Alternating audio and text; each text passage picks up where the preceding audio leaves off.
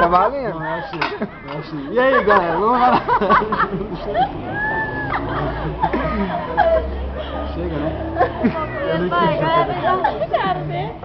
Não, a Rita não quer. Já tá filmando a Rita. Então vai, nós dois. Não quer. A Rita não quer. A Rita está com vergonha de falar. Rita? Não, a Rita não gosta de falar. Não. A gente fala. Todo mundo tá colocando o cabelo no prato, faz cara de rico. Pobre que fica ganhando. Aula de etiqueta com Alexandre Luz. Aula de etiqueta com Alexandre Luz, parte 1. Vai, Alexandre. Vai, Alexandre, parte 1. Olha o jeito que o rico olha pra câmera, parece um rico. Agora o pobre. Oi, mãe! O médium.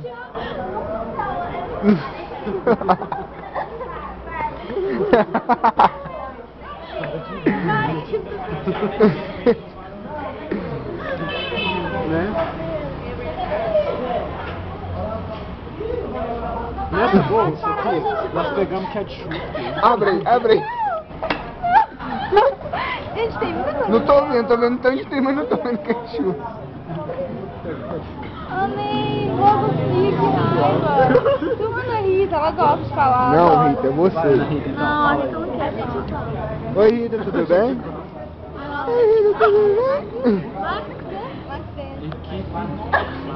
Dança, qual que é a hora você dançou? Equipe.